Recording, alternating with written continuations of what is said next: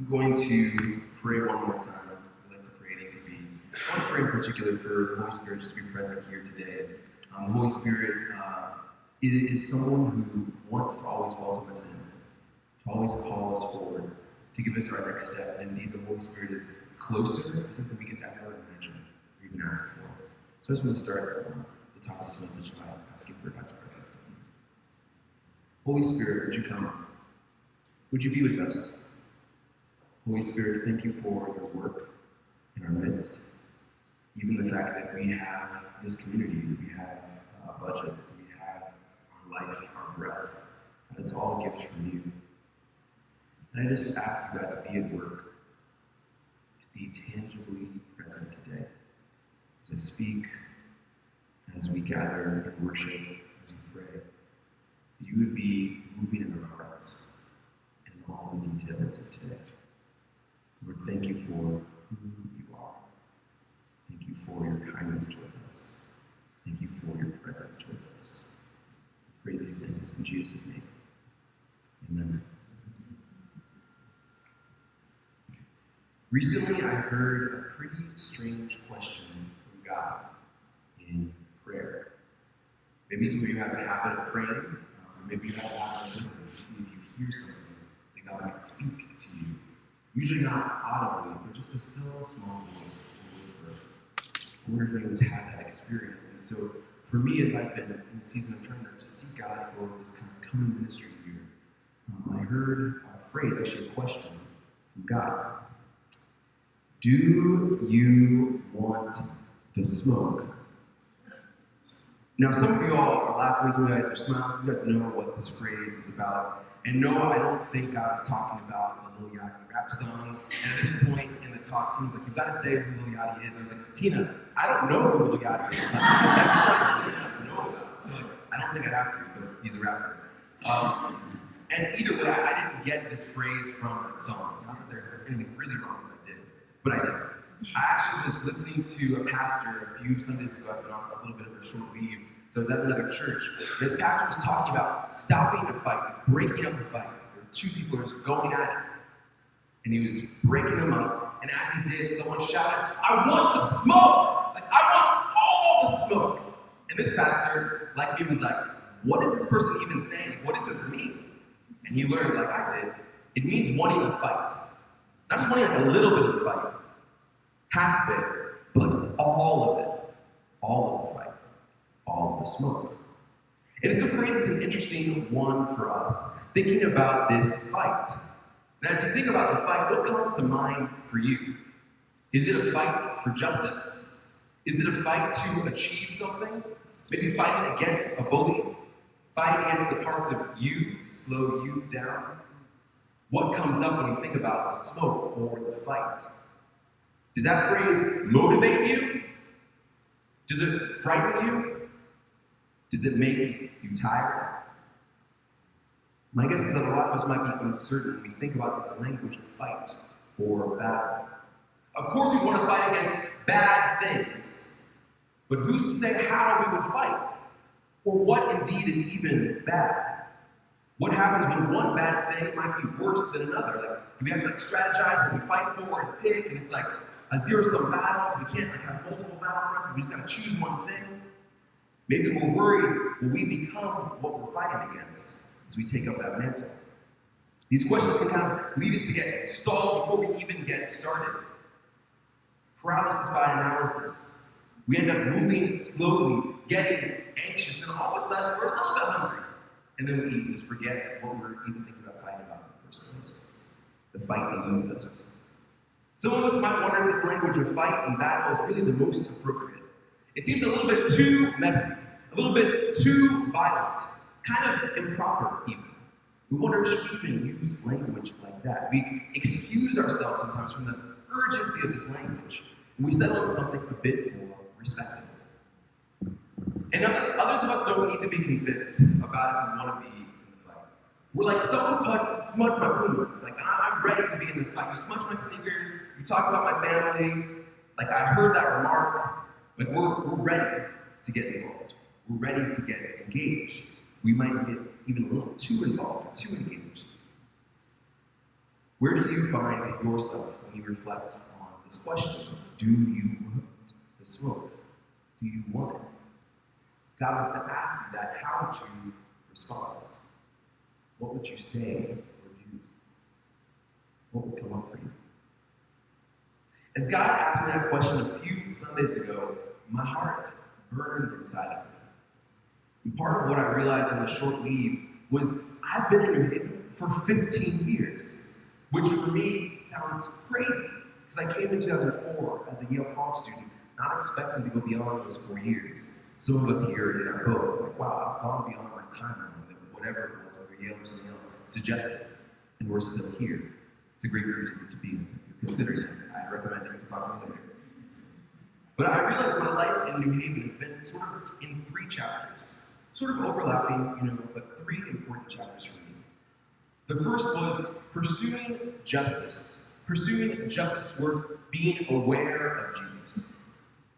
Knew who Jesus was, liked Jesus, went to church occasionally, was really pursuing justice. This work looked like being a part of labor unions and activism for that, being involved in divestment campaigns against private prisons, against different kind of oil, including Darfur and Sudan. That's a big issue in 2004, 2006. Later in college, that became being involved in responding against bias attacks that happened to different vulnerable populations, whether it's the Muslim population, which in those years, 2004, 2008, just attack after attack, probably within a spans, like someone who's 4 years in college, probably 5 or so, like big, high-profile attacks against that population. Also the Black population, the queer population, just all these different groups that were really targeted in different ways, and being involved in saying, hey, even if I don't belong to some of these groups, can we come alongside and support them? And I did that in my own private way in the name of Jesus, and tried to make that work for people. Saying, hey, do you want someone to help you respond to these things? I think sometimes we need help, we need some organizing. And so that was a huge part of that season of my life. And as my faith deepened and grew, and specifically as I got connected more to the local church, I think I entered the second chapter, where it wasn't just being Jesus aware, but I was actually trying to follow Jesus and pursue who Jesus was and all that he had for me in the context of the church, but also the work of the church outside of the church. So I was still involved in activism and engaging, but also was involved in trying to go to different groups like Bible studies, going to worship nights, seeking God, being a person who's trying to grow in prayer. And all of that was while I wasn't working as a pastor. It was just being a laborer, so trying to seek what God had for me in the context of really trying to follow the person of Jesus. And this last chapter has been defined by me doing professional ministry, which is a whole other world. Some of you guys are in it, so you guys know about it. And it's crazy. And I realized being in it early, I was like, wow, I'm going to really need to focus on my own spiritual life. Because now I'm not just doing things, and that's like a way I'm following Jesus, but I'm actually trying to be responsible for like setting up the way that we follow, like organizing things like the service, trying to be responsible for the growth of not just my spiritual life, but the life of other people. At times it can be overwhelming. In that third chapter, I realized I needed to go get deeper roots, so I could withstand the pressures of ministry. These 3 different chapters, but by the end, I was basically like dodging and ducking the fight, like just hoping something wouldn't happen. Because if you've been a person, if you've been in ministry, and certainly if you've been in paid ministry, you don't have to like look for a fight, it just comes to you, right? So I was like, okay, if I just dodge and duck, I'm gonna get it eventually. But I kind of noticed I was avoiding some things. Because I don't want to feel overwhelmed.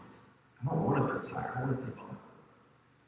And so when God asked me that question, do you want the smoke? I said, oh, this is a real question for me. 15 years in. It's a real question, but it's not necessarily an easy answer. But it's a question that provokes me. It provokes the spirit inside of me. Just as a reminder, so we can be like clear about this from the top, like in the words of Ephesians 6, these fights are never against flesh and blood, right? They're against principalities and powers, forces that are actually at work in our world.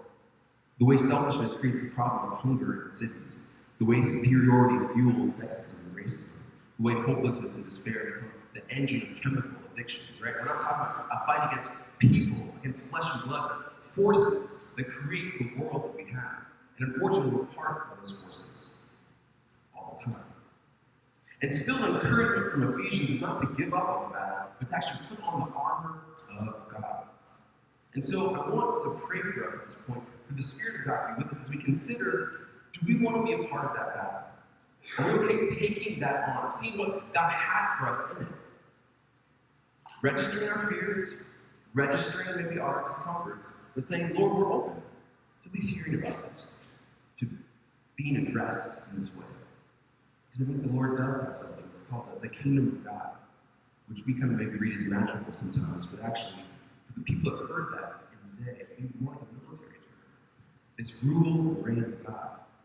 And I think that kingdom is offering us an invitation today to go deeper, to see ourselves as part of it, even fight alongside Jesus as he calls for the kingdom in a deeper level. God, I pray that you would help us seek first the kingdom, that you would help us be people who, in our own way and under your leadership, would be called to fight alongside you, to battle the way that you battle in your own way. Holy Spirit, illuminate this text we're going to read. Illuminate this word that you have inspired. Be with us, God, in this time. Pray this in Jesus' name. Amen.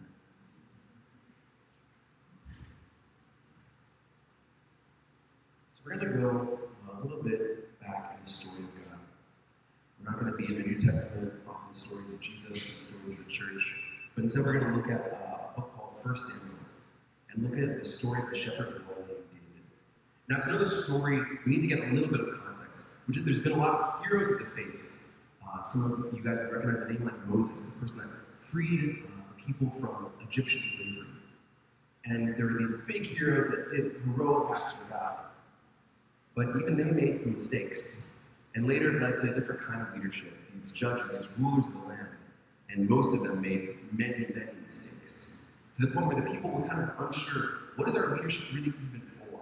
It was contentious at the time. They didn't know if they were well served. And they saw other nations had kings, these singular rulers, and they said, I want one of those. I like that. I mean, I don't like that one, but like we'd like one. Like, can we have a king? And they asked God, can we have a king? And through the prophet, the people that would hear from God, he said, I don't think you want that. And they said, no, we definitely do. We want a king. And then God went and he anointed a king, the first king, this king named Saul. And Saul did actually just pretty good for a while. But then, like these other leaders, he also made mistakes and was eventually someone that God removed that anointing from and said, you're not king anymore. And so it led to this, again, a contentious time. Who's really a leader here? Now, Saul knew that, Samuel knew that, but the people didn't know that. So they were like, Saul's still the king. And so it led to a day where Samuel the prophet was told by God, find this king. And Samuel goes to the house of Jesse, his father, and says, it's going to be one of his sons. And they kind of bring out the sons. And they're these sons that are tall, handsome, and strong. And God's like, nope, nope, and nope. And then there's this short little David, a scrawny little shepherd boy. And God says yes to that. Now you might think, in a time where you pick a scrawny little shepherd boy, that there's not really any major issues going on in the land. Like you're waiting for this guy to grow up, to get wise, to be strong. Not so. There's actually a huge problem in the land. No pun intended. It's a problem of this guy named Goliath, a giant in the land that says, I'm a champion of the Philistines, this enemy group. And I'm going to, every day, every night, say, I am Goliath, and you are Israel. And I challenge you to a battle. I challenge you to defeat me. I challenge you to think you're even strong enough to defeat not only the whole army, but just me and one person. I don't think you can do it. Goliath is someone I think does want the smoke. I think he definitely wants all of the smoke. That's just who he is, right? So he taunted them day and night. And Saul, who probably is the closest thing, right, to a champion. Like, king is a champion, but it kind of is, right? He's like, who will it be? I think everyone's like, it's you, duh. But he steps back. The anointed's off of him. I think he's a little scared. I don't know if I go up against Goliath without the anointing of God. So he waits for people to say yes. And people don't seem to. David is still in his home. He's not taking any challenges. He's just waiting. And all of a sudden, Jesse, David's father, starts something that kind of changes the momentum in David's life. We see here that Jesse says to his son David, take this food, Go to the camp where your brothers are, his older brothers that are fighting, and see how they're doing. Bring them some token, bring them some goods for me. So David changes his route, which is usually just going from either home or actually going to the court where he was actually playing this instrument for King Saul, to the camp, to the battleground. And here's what happens there. Now Saul and they and all the men of Israel were in the valley of Elah, fighting with the Philistines. David rose early in the morning, left the sheep with the keeper, took the provisions, and went as Jesse had commanded him. He came to the encampment as the army was going forth to the battle line, shouting the war cry. Israel and the Philistines drew up for battle, army against army. David left the things in charge of the keeper of the baggage, ran to the ranks, and went and greeted his brothers.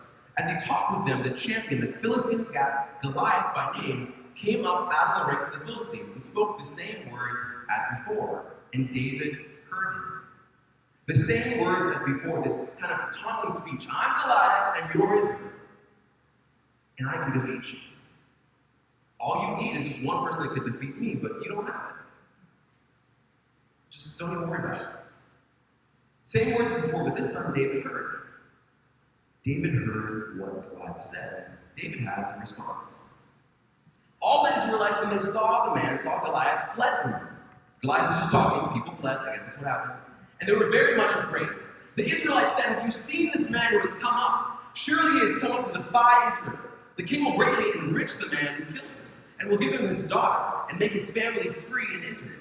David said to the men who stood by him, what shall be done for the man who kills this Philistine and takes away this reproach from Israel? For who is this uncircumcised Philistine that he should defy the armies of the living God? The people answered him in the same way. So it shall be done for the man who kills him. David here is essentially talking smack, like godly smack, but smack nonetheless. And if you see, the people are focused on a few different things. They're focused on what you get when you defeat Goliath. You get some riches. You get Saul's daughter. You get a free family in Israel. You acquire these things. And David does ask about them, but it seems like there's something else he really cares about. That Goliath is not just a bad dude, like an enemy that's random, but that actually he's defying the armies of the living God. I think it's the first of this narrative we hear about this living God.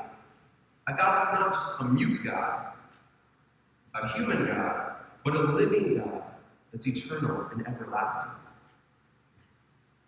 This is the difference between picking any battle, like I was saying earlier about those smudge pumas, and picking a godly battle.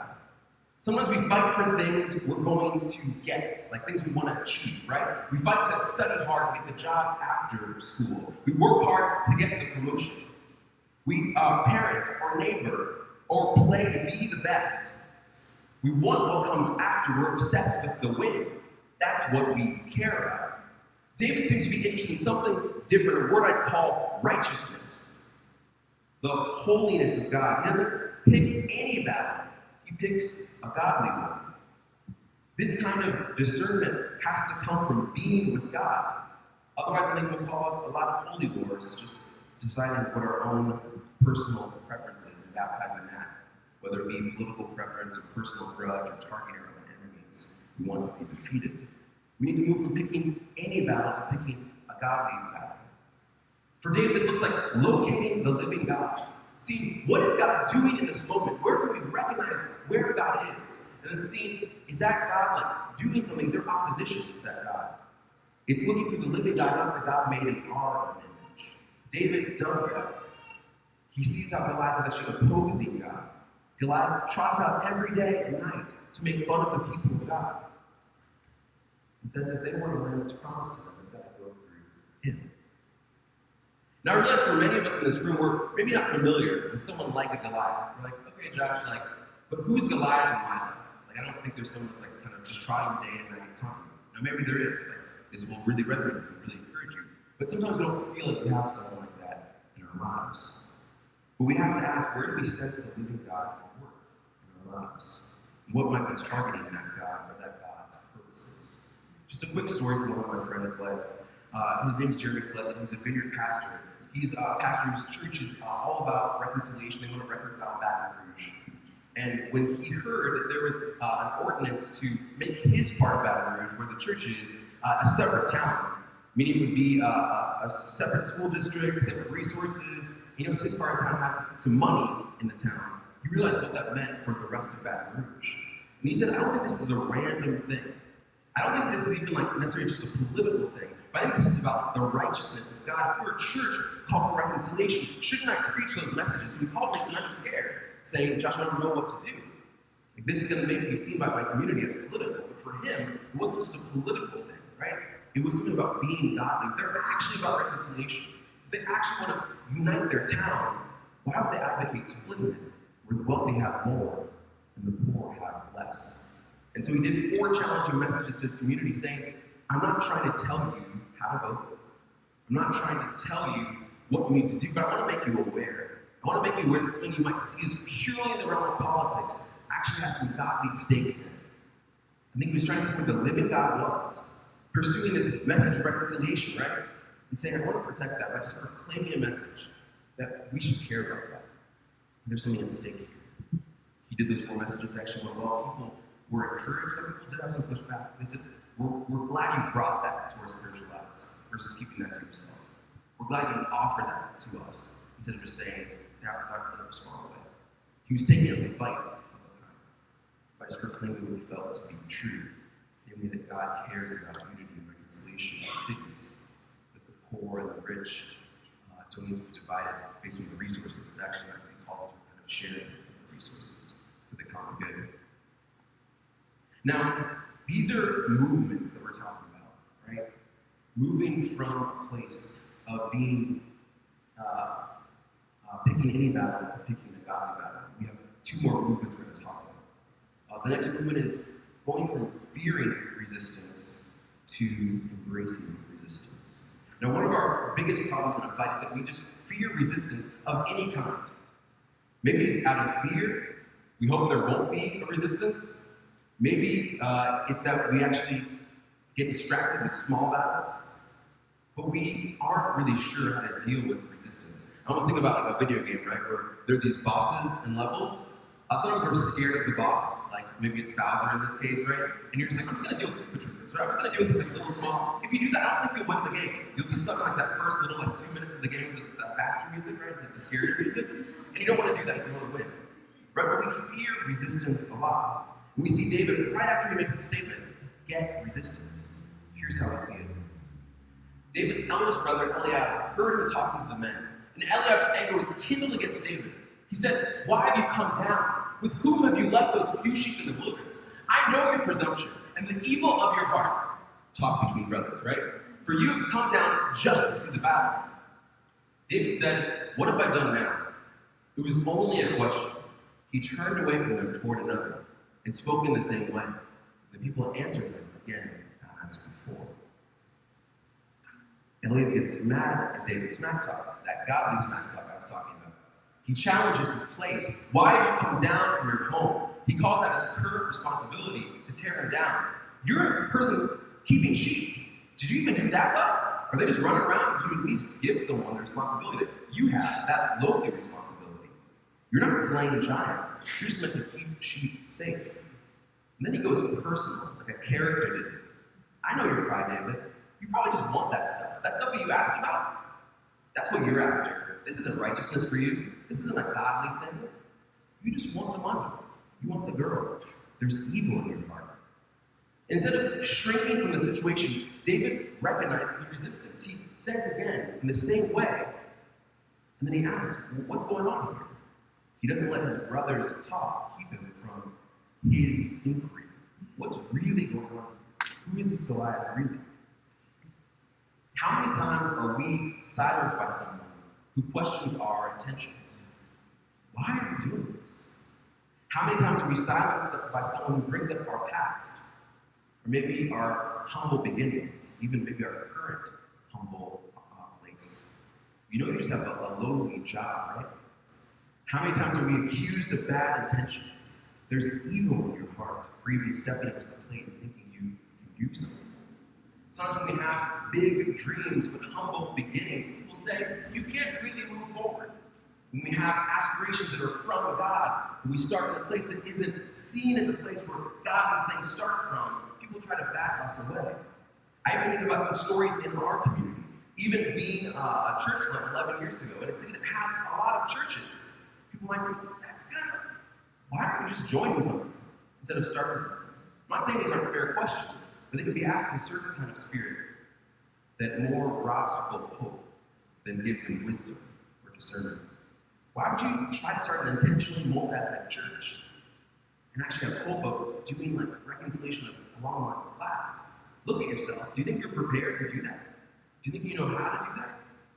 That was some of what the feedback was when there was intentions to start a church. And here we are, not arrived in any way, but on a journey. We can see God's fruitfulness. I'm sure it probably felt audacious to someone in the first few years of ECV to start the Society of Vineyard Scholars, a group that's actually about bringing scholarship to a part of the church, the Pentecostal and charismatic part, that, let's just say, didn't have a lot of scholarship, and still don't. We're one of the few movements that have an arm of thinking and reflection. People don't usually see that, but people felt called in this room. They said yes, and kept following God. Might have seemed crazy early on in ECV to bless and send 11 people to the neighborhood of Kensington, a lower income and rough neighborhood in our city.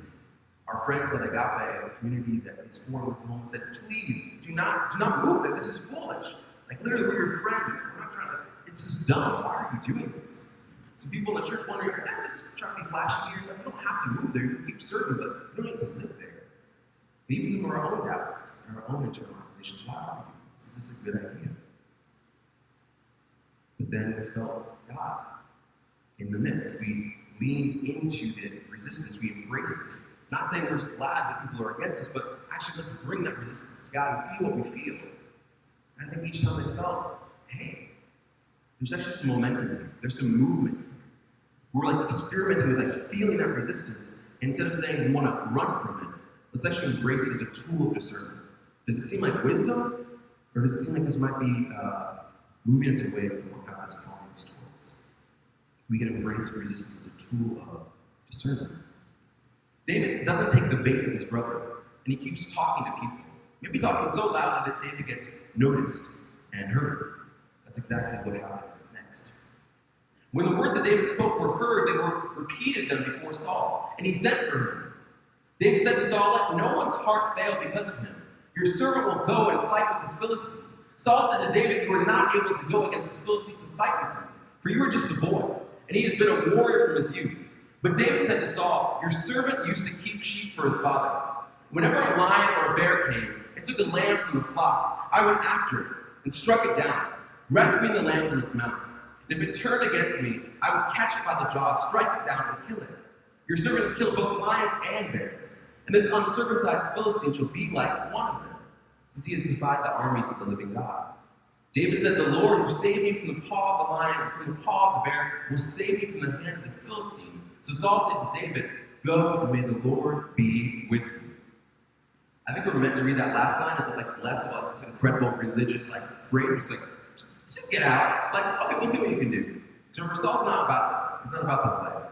But he says, David, okay, if you want to fight, you can fight. But once again, if you notice here, David gets some resistance, this time from Saul, the one that should be excited that someone's going to go out. Because you're just a little shepherd boy. Like, what are you doing coming to me in my court? Saul references David's youth and inexperience, and David does something different. There's a danger sometimes to act like our fight is new.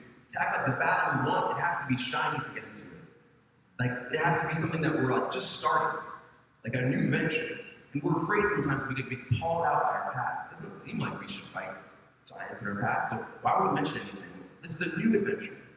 But one thing that's true is, instead of, we can remember our past formation for the current fight. Do you see the flip that David does? He says, hey, I know you're bringing up that I was a shepherd, but actually, there's a way I defeated lions and bears that I think I can actually defeat this Philistine the same way. You're bringing up my past as if it's the problem, but I actually think it could be a unique gift. There could be something in it. Sometimes when we've been rescued by God from lions and bears, we might have a sense that God's up to something else in our lives. We see God's rescue in smaller ways and wonder, what might God have for me? God's rescued us from smaller battles, not to have us retire from small battles or any battle altogether, you know? Like, okay, I did those few things, and now I'm just done. I'm safe, right? I think oftentimes in our life, we just want to move to a place of safety or a place of comfort. Well, he did that, so I'm excited and thankful. I'm just going to praise God for that for the rest of my life. Okay, there was another thing he did. Now I'm just going to move over there. But I realize there's a pattern. There's a pattern of conflict in our lives where God rescues us. And God's taking, I think, small conflict and actually maybe hoping that we get the picture, that we can step into bigger conflict. That's not always about our lives or even our mistakes and God rescuing from them, but actually us going forward, seeking to support others. God's rescued us from smaller battles, not to have us retire from battles altogether. Rather, God rescues us from smaller battles to equip us for the ones to come. We have fight left in us. And God might be asking us in a place of tiredness, in a place of weariness, in a place of, I don't really want to do this again. Do we want the smoke? Do we want the fight? Do we want to be with the God who says there's battles there? I want you to take part in it. When we're tired and we're frustrated, when we pick any battle, it's hard to remember them. When we fear resistance instead of embracing resistance, it's hard to remember them. When we think any battle is worth fighting for, that's new and shiny, as opposed to the battles that are connected to our long work of formation, it's hard to remember that. I've been thinking about that a lot these days in this time of rest and reflection. I've noticed that my battles are often to be good at something that God has already called me to. I don't know if you know what I'm saying yet, but when I think about being a parent and becoming a parent, I was like, oh, maybe my battle is being like a good parent. I feel like God's response is like, no, I've already made you a parent. I'm going to help you with that. When I became a lead pastor, I felt like maybe one of the battles I picked was like, I want to be a good lead pastor. God's like, no, I don't think you get this. Like, I called you for that task. Like, I anointed you for that task. There's already a way that you have provision to do it. You don't need to worry about being good at something.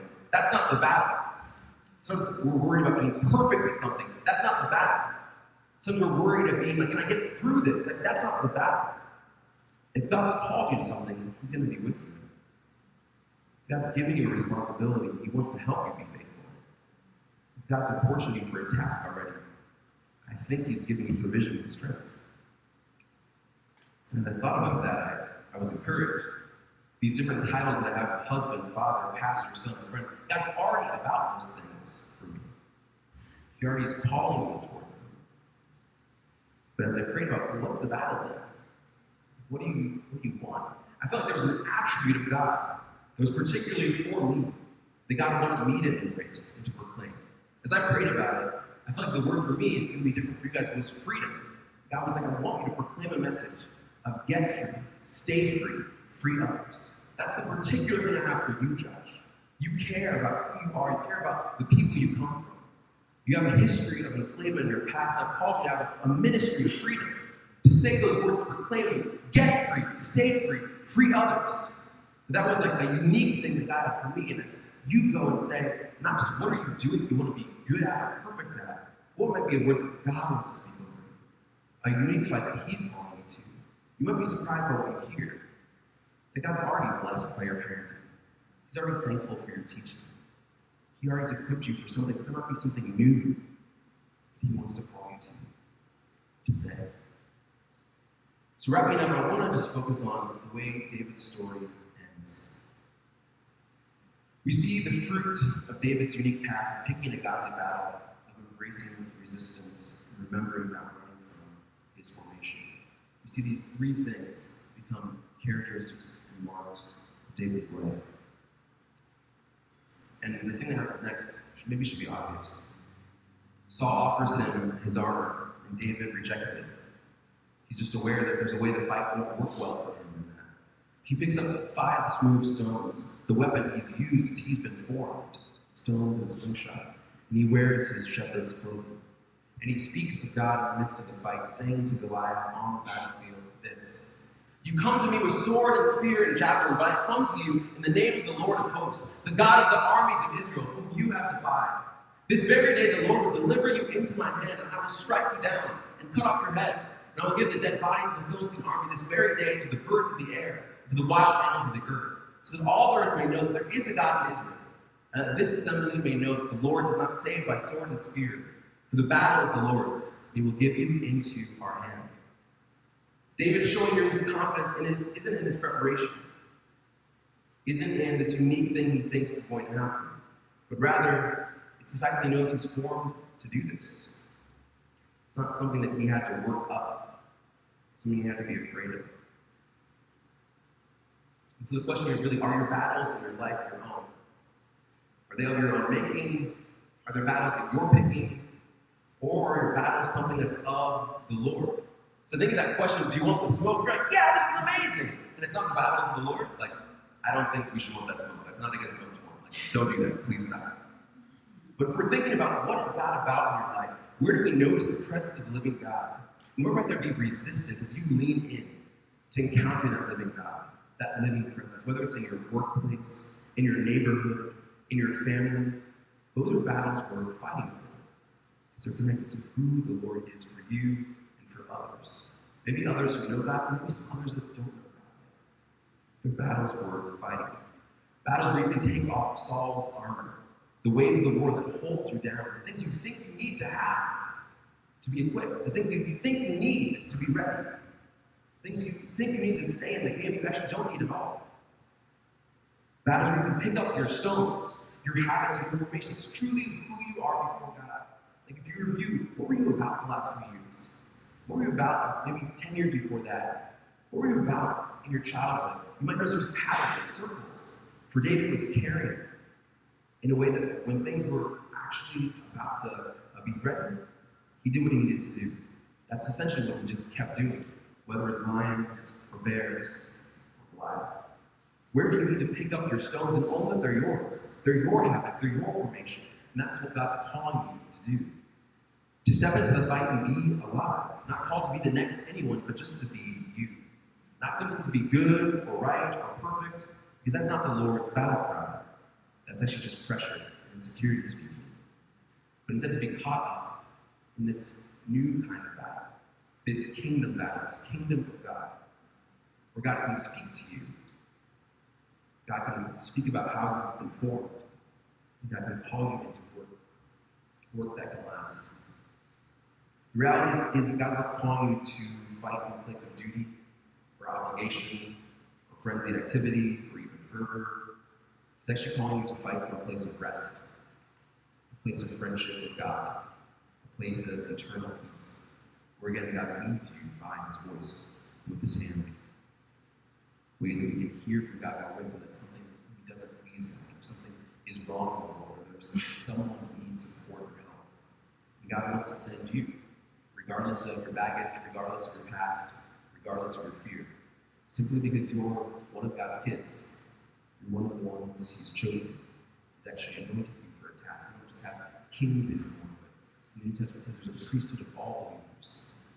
We all can see God. So the question that God asked me, do you want the smoke? Do you want the fight? In your life, what's your answer? What's your response? Do you want it? Are you ready to embrace it in a way? Do you know where that fight is needed? In the rest of our time, we're going to have worship and prayer. And I hope that God speaks to you, maybe about your corner and your neck of neighborhood, of this world, of your family, and speaks to you about where you've already been fighting. Maybe you need to rest. Because it hasn't been a battle of wills. Or might we need to pick up these stones and embrace them, and it's yours to do. I don't know exactly what that is, but I believe God can speak that to us. Here's our reflection questions for the day. The first is, where is the place where you need discernment to know whether you're fighting your own battle or God's? I don't think that's necessarily easy, but also it's not as hard as we often imagine it to be. Getting together with a group of people and saying, hey, can we pray together? Because I notice there's conflict in my life, but I want to know, is that conflict I should actually pursue? Or is it conflict that I just need to rest? And let go of? Ask for wisdom for godly community. Where do you run from resistance or busy yourself with fake fights? Sometimes we feel like we're battling all the time, but it's not the battles that we should be in. They're battles that lead to our exhaustion. They're battles where we notice that it's from us having kind of like a bad sense of who we are. I got to fight about this, I got to do this. Where do we just need to, again, just ask God for peace and courage? And lastly, ask God to help you remember how he's formed you. What qualities of God's fight reside inside your heart, inside your story. I'm often surprised when I talk to people how much when they share who they are, when they share what they've, kind of who they've become, when they share about their past, especially their childhood or some kind of internal desires, they're basically laying out their future. They're laying out who they've been, who they are, and who they're becoming. And usually what happens there is that they think that somehow that disqualifies them, when actually it's the very thing, I think, that encourages them into work for God. I'm going to invite the worship team to come up. I'm going to invite the communion servers. I want to pray for us and lead us into a time. God, I pray right now that you would allow us to seek first your kingdom. Knowing that the kingdom isn't this just magical place, it's not Disney World, but it's actually a real reality that you're bringing to the world day by day. You say, Jesus, that it's at hand. We gotta pray that somehow in this time that we would know what our work is in the kingdom. Like how is that at hand in our lives? That we step to the plate in a place of rest, not frenzied activity, in a place of peace, not duty or obligation, and in a place of real discernment of what God is up to in our lives. We would be able to say, that is our life. As we turn to communion, we celebrate, we remember the work of Jesus, whose work to do involved loving, and loving so much that the world turned against his love and actually killed him on a cross. But his work was to do that work of love. His work was to obey the Father. And as he died, he poured out something besides his own blood. It was an opportunity for us to walk with him in true and everlasting love. When we take the bread, the body of Christ, and dip it into the juice, the blood of Jesus, we're saying yes. Yes to the work of Jesus, but also yes to the work that Jesus is calling us to do.